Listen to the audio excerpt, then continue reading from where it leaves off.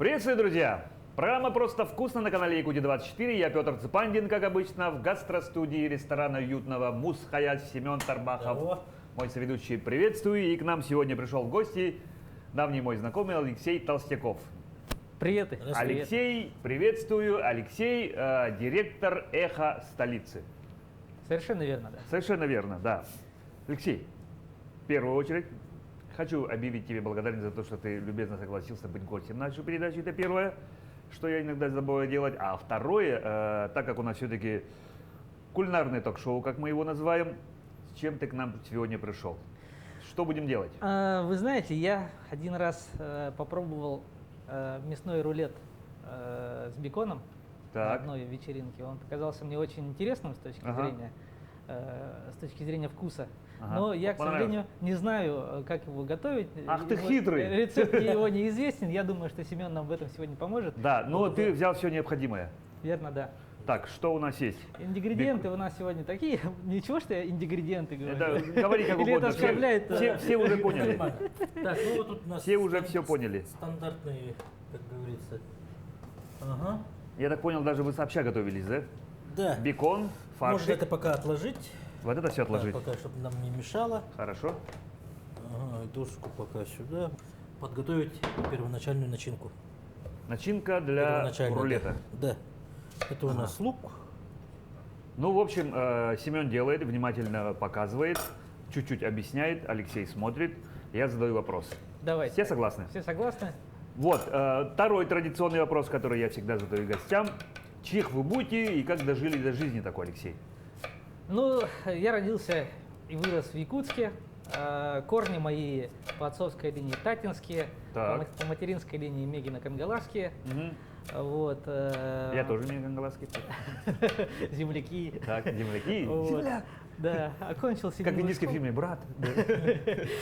Закончил седьмую школу, потом Ага. поступил в ЕГУ, закончил филологический факультет. Так.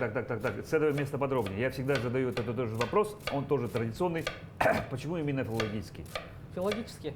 Да, филологический. Методом исключения. Я сын медиков, я родился в семье медиков. Мой отец был хирургом, мама терапевт.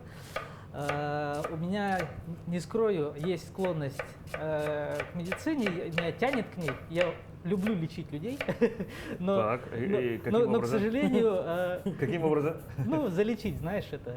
Залечить? Да. И, к сожалению, у меня не сложилась химии, а химия – это очень важный предмет, очень важная дисциплина для медицины, поэтому и с точными науками у меня не очень хорошо. Поэтому это ярый филолог просто. методом исключения Ага. с русским языком, литературой у меня, слава богу, и Ну ты решил, что это, это одолеешь и поступил да, туда? да, подал Поступил документы. сразу? Да, с первого раза. На круто. бюджет и Ага. нормально. Там Потом- какого рода? Нет, уже отделение журналистики. Журналистики. Да. Тогда уже было. Я Всё еще понятно. в школе, в старших классах начал выпускать школьную газету сам. Стенгазету. Нет, она Нет, была газету полноценная газета. Ах Она ты, была ничего себе. полноценная газета, у нее был тираж. Это был 2000, 99 2000 и в 2001 Года. году я выпустился с Да? школы. О чем писал? О школе, о жизни О школы, жизни школы. о учениках, о учителях, о проблемах школьных. Ну, вот, вся критическая повестка. Почему она- так много да. денег собирает на шторы, там, да, Почему злободневные так, темы? почему так мало туалетов на 2500 учащихся? Всего ну, например, 6, да. и мы Почему так? высчитали, что каждый ученик должен, Ага. правду говорю, Я должен, сам учился.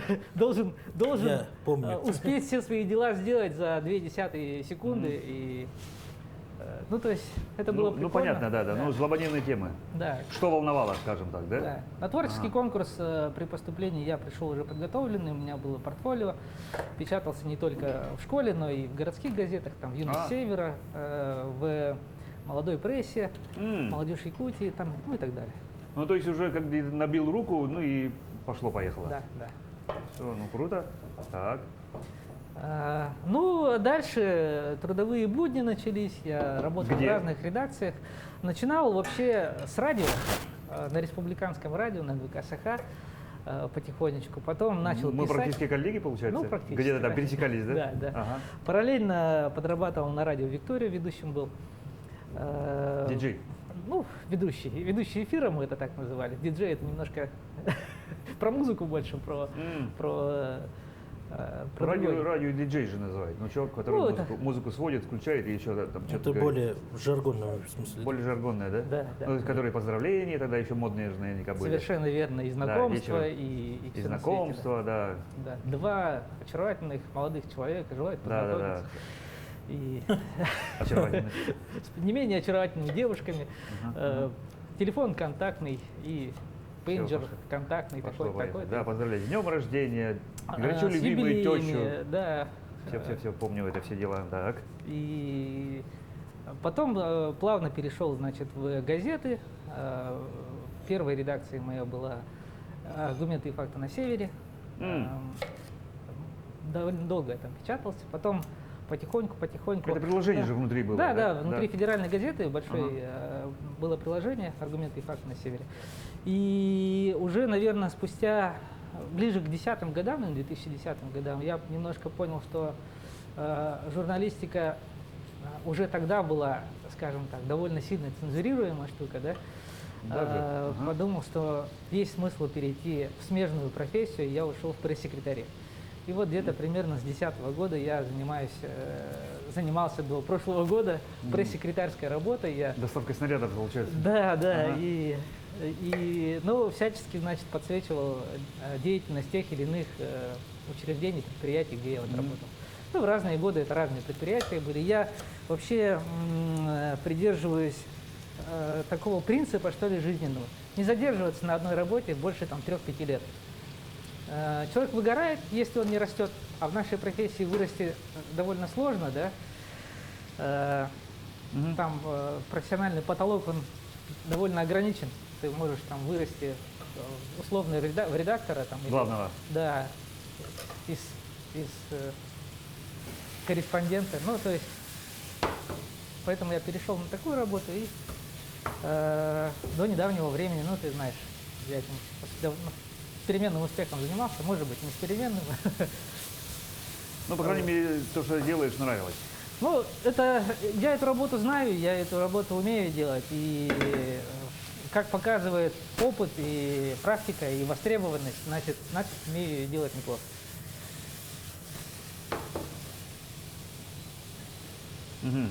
А сейчас, вот «Эхо столицы», следующий, очередной виток, получается. Да, очередной виток. В августе прошлого года мне предложили, значит, возглавить муниципальную редакцию.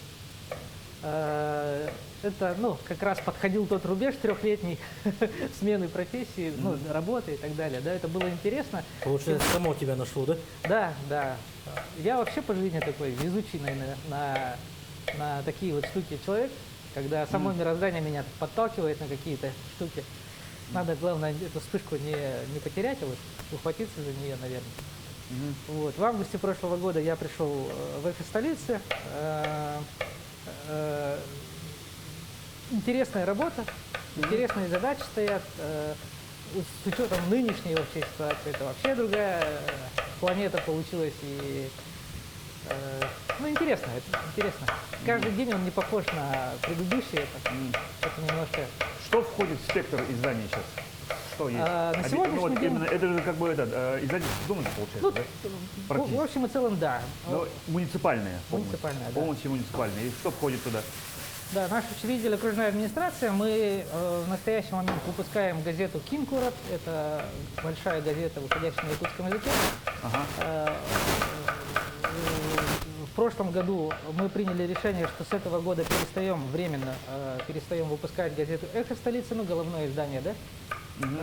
Больше 30 лет она выходила, но в этом году мы приостановили, потому что, ну, просто экономические причины. У нас очень сильно упала подписка, люди перестали подписываться, розница упала, люди предпочитают сейчас получать информацию из гаджетов, там, из Ну интернета. да, то есть новости как бы в том формате, который он был, ну то есть Да. у всех падают тиражи, скажем так, да?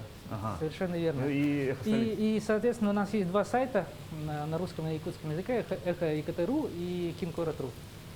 И, соответственно, все разрешенные на сегодняшний день социальные сети, мы в них присутствуем. Мгм. Ну, то есть еще сайты есть. Сайты есть, да. Так. Ну, Собственно говоря, коллектив, который работал в «Эхо-столице» в газете, он полностью перешел на сайт. И а много народу работает? у нас сегодня 17 человек работает. 17 человек. Ну, Ну, это немало. В том числе там у нас и бухгалтерия, и Все понятно. Слушай, а вообще твой прогноз, ну, допустим, может же такое случиться, что газет не будет вообще? Либо какой прогноз? я оптимист и прагматик. Я думаю, что газеты не исчезнут никогда. Так. Первая причина это фетишизм, как это ни странно, но в хорошем понимании этого слова, да? А, ну, то есть, Есть люди- желание что-то... Есть вот, люди, да, пощупать. которые любят трогать информацию руками, люди, которым нравится типографская краска, люди, которые предпочитают, ну, чтение бумажное, чем электронное, например, да? Мгм. Это первая причина. А вторая причина все-таки бумага на сегодняшний день является, ну, бумажные СМИ на сегодняшний день являются больше для истории, ну, гораздо важнее, скажем так, да? Ее можно сохранить, ее можно Ну, подшить да. и так далее. И поэтому как архив каких-то сведений, каких-то исторических событий, это довольно... Ну, да, кому-то показать, там, Да. что-нибудь такое, да. Ну, есть же расхожее мнение, говорят, бумага все стерпит. Все верно. Бумага все стерпит. Что-то типа такого, да? Другой вопрос, кто за этой бумагой стоит и Мгм. что на ней будет печататься. Что вы, например, делаете для того, чтобы, ну, увеличить тираж? Ну, то есть какие-то там... Сейчас вообще что? Ничего делать не нужно. Я думаю, что Да, искусственно наращивать тираж – это Ага. утопия. Ага. Зачем? Какой смысл? Если даже ты его сделаешь там, ну, 35-40 тысяч экземпляров, ты ее не продашь, она у тебя будет просто хламиться, валяться, а и бесплатно раздавать. Ну, люди просто по сложившейся традиции ее в хозяйственные нужды просто переведут и все. А Рыбу строгать. С точки зрения трудозатрат это, наверное, не очень грамотное вложение. Поэтому запах просто бомбический всему. Мгм. Поэтому я думаю, что искусственно наращивать не надо. Когда придет время, а время оно циклично, Мгм. я думаю, что газета все равно будет востребована. М. Я верю в это. Ясно. Слушай, а какие темы вы больше сейчас затрагиваете, допустим, ну, вот, в ваших газетах? Мы раньше, конечно, естественно, поскольку эта газета муниципальная, да, Мгм. раньше была политика информирования населения о деятельности окружной Да, да, администрации и ее муниципалитет. структурных подразделений. Да? Мы на сегодняшний день немножко другую тактику приняли, поскольку мы есть, скажем так, большое количество конкурирующих изданий, да, Изданий, да. которые некоторую информацию, даже эксклюзивную, выходящую из стен окружной администрации, получают быстрее, чем, собственно говоря. Через тоже пресс-службы. Совершенно верно, да, через свои собственные источники, Каналы хоть как, какие-то. да, Так. они ее получают. Поэтому мы То есть, понимаем, что в этом смысле нам конкурировать там с изданиями, которые всю жизнь занимались новостями или там чем-то еще, мы не будем. Мы пишем про людей, которые живут в нашем городе. вот. Мы пишем про предприятия, на которых эти люди работают. Мы пишем про горожан, про какие-то бытовые истории, стараемся помочь. Ну, естественно, СМИ это же по сути социальная штука, да? Если есть какая-то проблема и она не решается довольно сильно, мы обращаем на это внимание. Мы стараемся обратить внимание тех, кто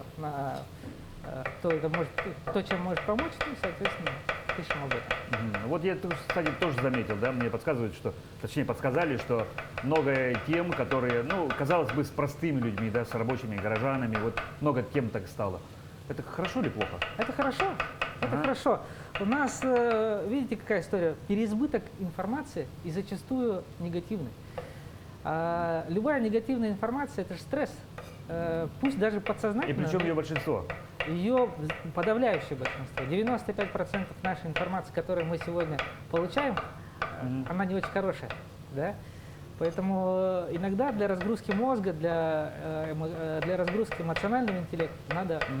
Как бы для равновесия, да? Да. Ну, лучше можете о Семене написать. О Ну, Ну, либо обо мне написать следующий фильм. абсолютно легко, мы готовы. Скажите, когда, в каких условиях, да. Так, ну ладно, хватит, наверное, о работе, да? Чем ты увлекаешься? Хобби какое-то? Я довольно разносторонний человек, Ага. но увлечений у меня несколько. Выделить какое-то одно из них, там, на первом месте не могу. Очень люблю путешествовать. Люблю путешествовать на машине. Я слышал, что да, ты поклонник внедорожников. Да, я люблю ездить в места, недоступные для, ну, скажем так, для седанов, там, Ага. или каких-то обычных машин. Я люблю забираться куда-нибудь поглубже, там, где поменьше народу было. Ага. Вот, Где ну, дорога, это направление, да? Да, да. Соответственно, люблю все, что связано с природой, охоту. Ага. Рыбалку не очень люблю, потому что не хватает терпения. И особенно у нас здесь меня просто... А рыбаки сказали бы, не хватит умения. Ну, и, может быть, и так сказать, но Так, меня да. раздражает гнус, очень страшно раздражает гнус, эти мошка, комары, и стоять их кормить меня вот не хватает терпения Ага. с удочкой. Там, на сети, да, бредень потянуть, нет проблем. Ага. На Мунху поехать, ну, не вопрос, хоть сейчас.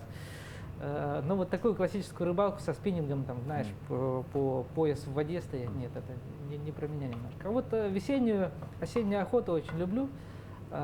Стараюсь по возможности выезжать куда-нибудь с друзьями. Мы, ну, берем ровно столько, сколько надо, не больше, не больше, не меньше. Открытие-закрытие сезона, да? Совершенно верно, да. Ну и, пожалуй, еще одно увлечение. Я очень люблю баню. Еще раз? Баню. Баню? Как говорит... Не Володя, а баню. Да пошел в баню, да. Да. Так. И я как наркоман вот банный. Я если Так. раз в неделю не схожу, у меня начинает там живот болеть там.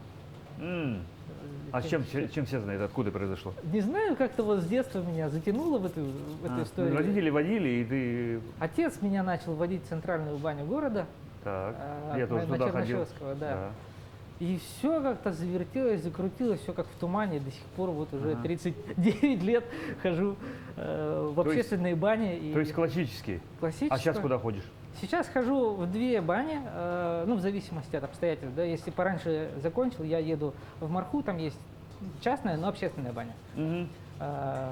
И, ну, вот в городские бани на Жарницкого, это второе место, если я... На Жарницкого? Да. Я Жарницкого постоянно хожу, но почему-то я тебя ни разу Я не хожу видел. исключительно по четвергам. Поэтому, видимо, Только так. по четвергам. У меня четверг другое отведено. Да. Мы раньше ходили по воскресеньям, потом начали ходить по вторникам. Сейчас ходим по средам, потому что вторник у меня вот съемки, короче, происходят. Вот. Помешать Семен? Не надо? Семен там что-то еще колдует. Да. Да, и когда меня спрашивают, почему по четвергам, ну, я говорю о том, что пятница, там же такой тяжелый день, там Ага. могут быть и свадьбы, и юбилеи. И встречи, и вечеринки. Да, и какие-нибудь, все на свете, да. Ага. И когда ты меняешь баню на друзей или там на какие-то события праздничные, ну, некоторые люди обижаются, да. Мгм. Вот. Суббота — это святой день, я его провожу с семьей. С семьей, но Да, воскресенье — это подготовка к работе. это разгрузочный день, там надо и белье постирать, и там и самому помыться, и погладить там рубашки. Ну, брюки. у тебя классическая русская баня получается, да? С Я люблю- веничками и все прочее. Да, я сторонник русской бани. Пробовал разные, Ага. абсолютно разные, и финскую, и турецкую, и по черному пробовал. По черному интересная, но я вот курю всю жизнь, и так, скажем так, дыхалка не крепкая.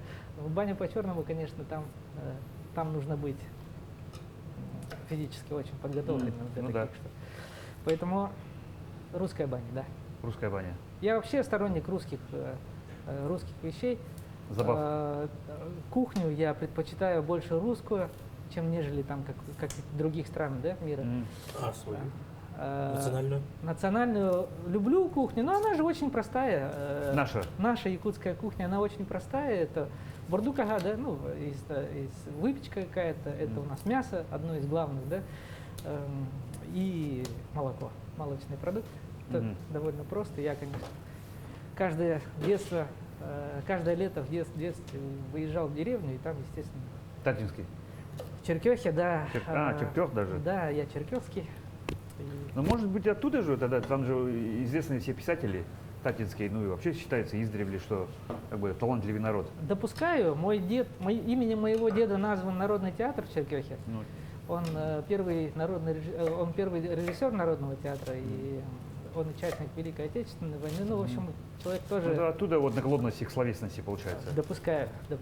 Ну вот, Талах куда таттывала буламын, Да-да-да. сахамтыла арымельтах. Ясненько. И к написанию что-нибудь, может быть, даже к творчеству наклонности, Да, я пишу, периодически пишу. да? Ну, кроме статей, я имею в виду, по Да, работе. я что-нибудь пишу, потом перечитываю, мне не нравится, и я Сжигаешь.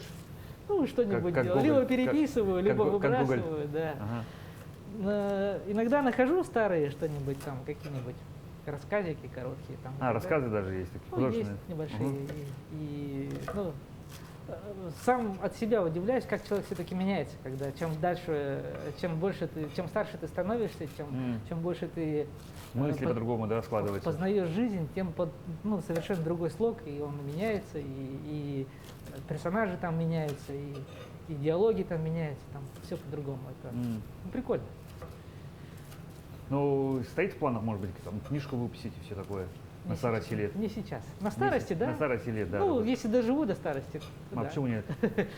Ну, не знаю. Вот, сейчас- кстати, насчет доживу до старости. Ты следишь за питанием?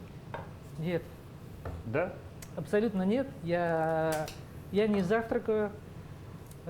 Не знаю почему. Наверное, потому что ужинаю, как в последний раз. Кофе и пошел, да? Да. Ну, по тебе не скажешь, что ты как бы это. Тебе повезло.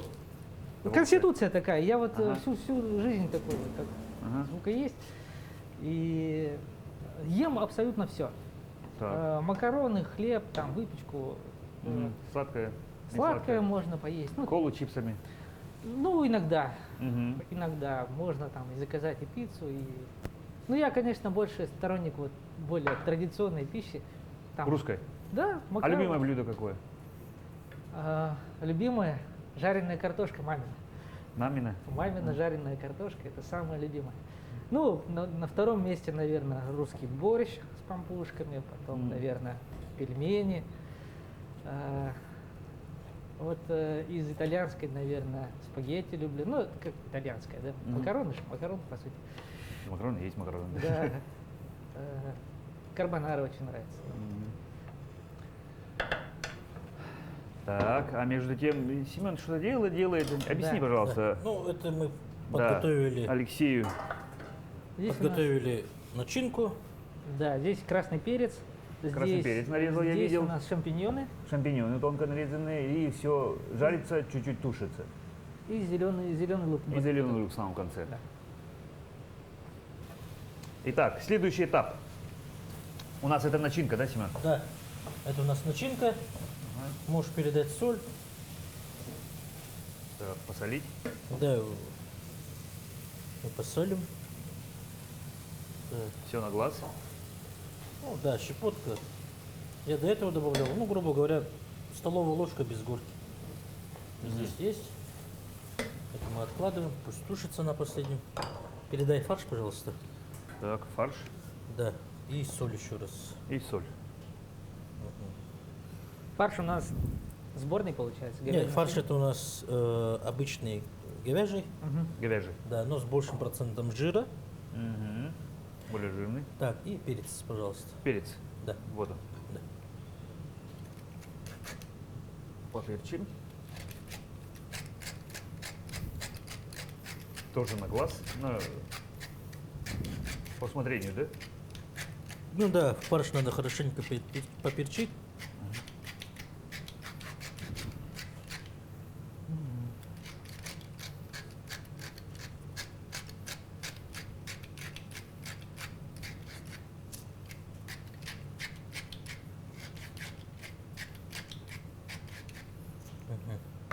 Так, Хорошенечко. ты ты это можешь поперчил. замесить, да, пока? Конечно. Хорошо. Вместе. Передай мне бекон.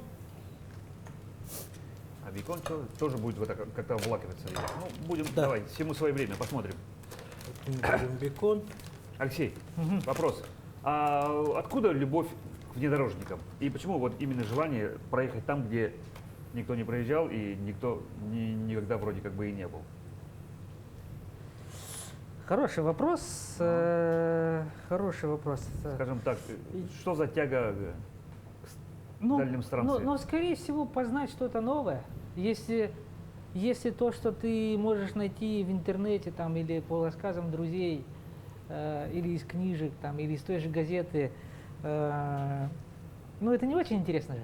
Гораздо интереснее же увидеть своими Ну, как глазами. бы по охоженным туристическим маршрутам. Тебе Ну не да, интересно? да. Ну. А вот если ты туда сам приехал, один приехал, и ты туда приехал первый, то ты кто? Первооткрыватель.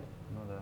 А все мы же немножко родом из детства Так. читали вот эти книжки приключенческие про там Мгм. Тома Сойера и так Том далее. Сойер, Да. Поэтому это, наверное, все родом из детства, оттуда. А почему внедорожники? Ну, прикладная цель абсолютно. Любая другая машина туда не доедет. Мгм. Вот. У меня до недавнего времени был любимый автомобиль Suzuki Scuda 89-го года выпуска. Я даже знаю, как она называлась. Да, Абага. Абага, ну. Потому что он меня очень сильно впечатлял, этот автомобиль. Он доезжал туда, куда вообще никто не доезжал. Но он легкий. Он легкий, Да. он высокий, он проходимый.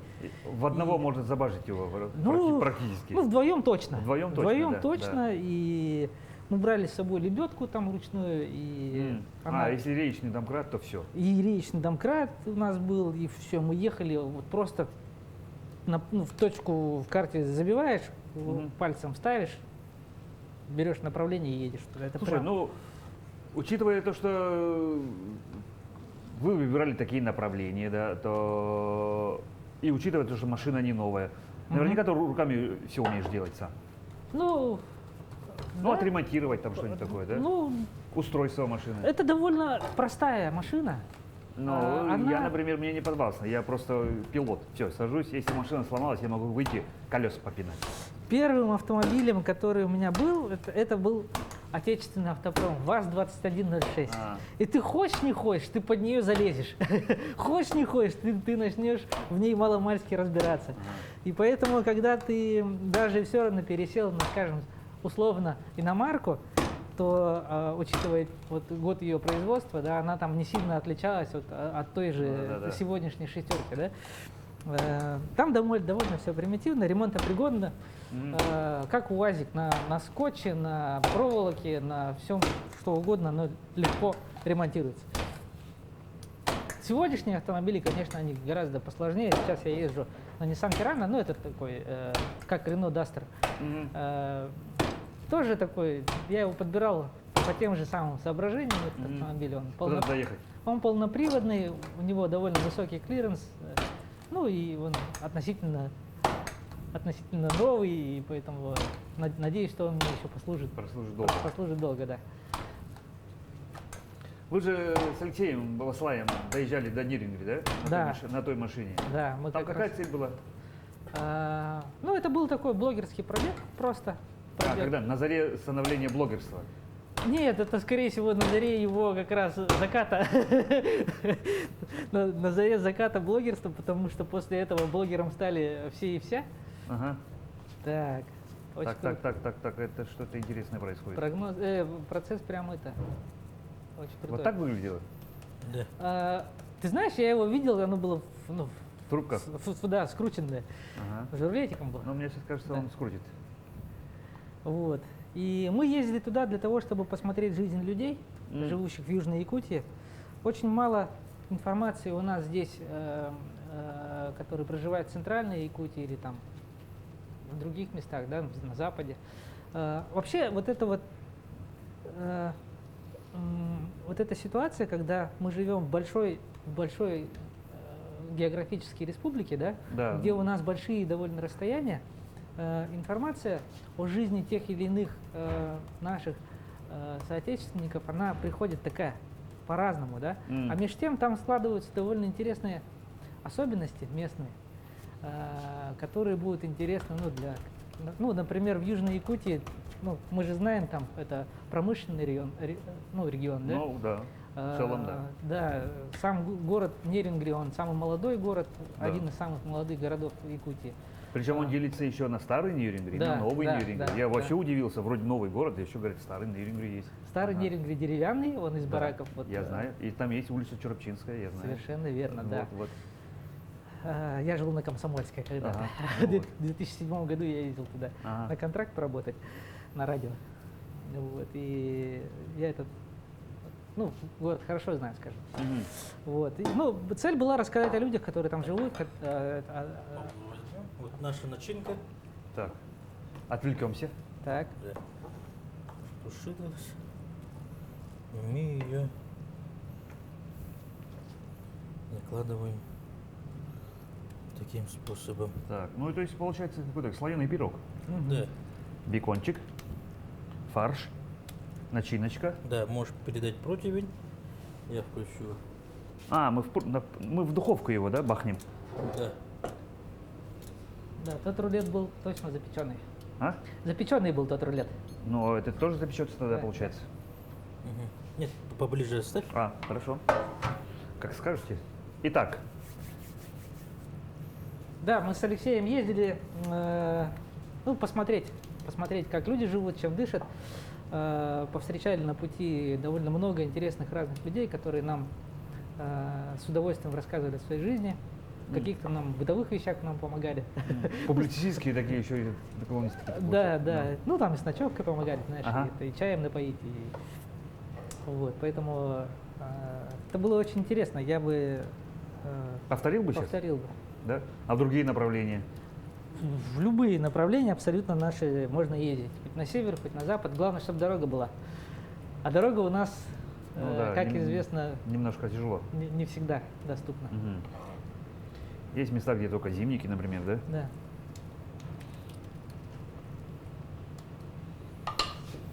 Итак, Семен пробует. Мгм. Передай соль. Соли чуть-чуть не хватает, да? И вот так хорошо. Мгм. Посолим. Соль местная, кемпиндейская. Нет. Да. Так, и теперь мы ее должны соединить. Первый завиток. Рулетик. А, вот так. И потом нарезается, да? Или нет? Да. Такое было? Да, да, да. Ну, было чуть-чуть потоньше. Это вот прям, М, это было, Это уже по-пацански. это прям вот по-мужски.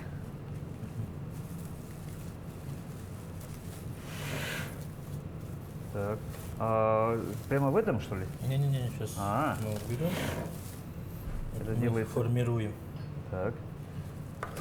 Отрезаем. Это уже не надо. Я понял. Это какой-то этот получился. Сортисон. Сортисон. Мгм. Так. Берем фольгу. Берем фольгу. И на фольгу перекладываешь. Два слоя. Нет. Внимательно смотрим и учимся. Передай масло. Масло. Так. Да. Вот, хорошенько добротно. Чтобы не прилипло, да? Да. Все верно. Отложим. Сейчас надо все это дело острым ножом раскрыть и осторожно переложить. Самое главное, чтобы не развалилось, да? Да. Мы это делать будем прямо здесь. Да?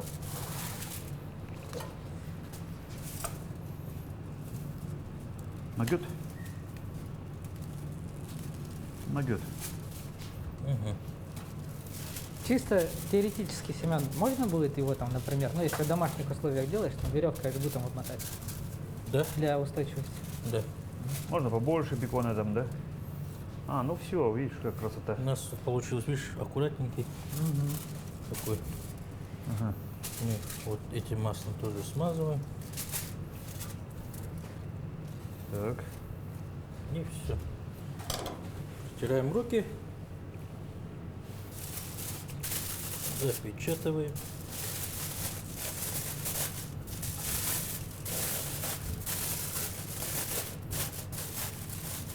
«180 градусов». На 3 часа. 30 минут На полчаса. максимум. И подождем. Да, эфирное время у нас позволяет. Ну что ж, у нас наше время подошло. Так.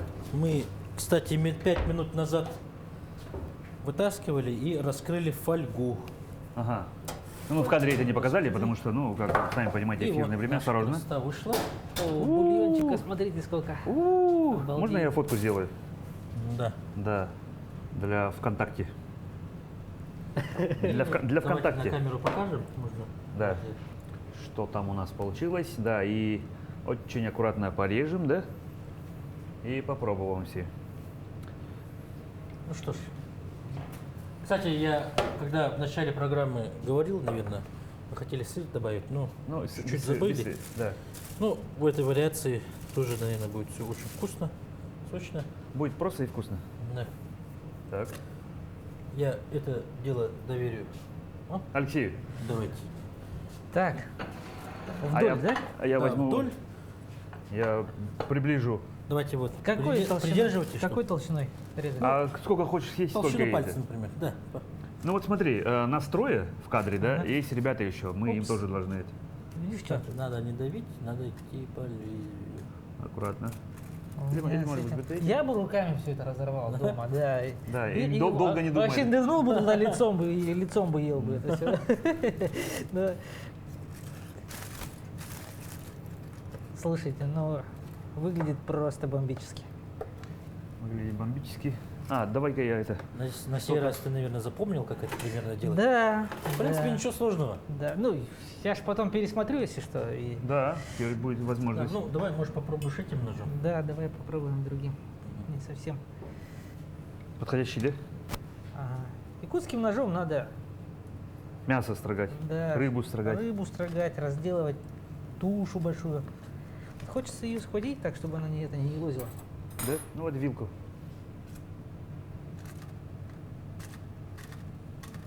Ну, режет же. Стороны разваливается маленько. Но это не потому, что плохо приготовлено, а потому что я... Или нож может быть не до конца острый. Ну хотя. Или все факторы сошлись. Всё как-то сошлось. Так, давайте я. Давай. Давайте. Передай мне лучше щипцы. Сказал хитрый Семен. Да, мы его вот так придержим. И пойдем. Ну, приготовилась же. Да? Ну, Ну всё. вот, посмотри. Нож-то мастера боится. Да.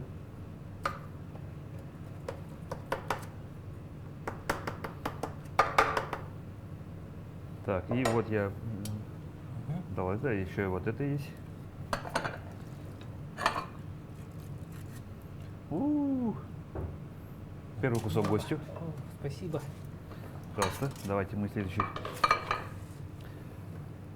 Ну и пока Семен готовит, серьезный вопрос, Алексей, для тебя есть. Ты Давай, же долго давай. работал в Минпреде. Да. Да. Чего не хватает якутской туриндустрии? Очень серьезный вопрос. Вопрос. Было бы очень Вопрос. слышно. Очень Если говорить с интересно точки зрения въездного туризма, не внутреннего, а въездного, да, когда Въездного. к нам... А в чем? Ну, Выездного. въездной это въезд- когда въезд. гости к нам приезжают Да. из других регионов, с других Ага. стран. Я Нам не хватает доступных подумал, что- дешевых авиабилетов. Логистика. Логистика. Нам не хватает инфраструктуры, хороших, нормальных гостиниц, которые могут в том числе оказать влияние на принятие решения приехать к нам сюда. Все-таки у нас, Здесь да, все-таки у нас ну, недостаточно много, скажем так, мест коллективного размещения с большими или, скажем так, удовлетворяющим запросам тех же самых европейских наших гостей. Ну да, я согласен, потому что первым вопросом они, наверное, задаются, а где жить? Да. А где жить? Да. Да. А, где кто- кушать? А где кушать? А кто-то жить привык с комфортом, знаешь, чтобы была и... Ну, есть такие, которые любят. Ну, большинство такое, да? да. Ну хорошо, ну давайте тогда это. Приятного аппетита и аппетита, давайте приятного. попробуем. Что же у нас получилось?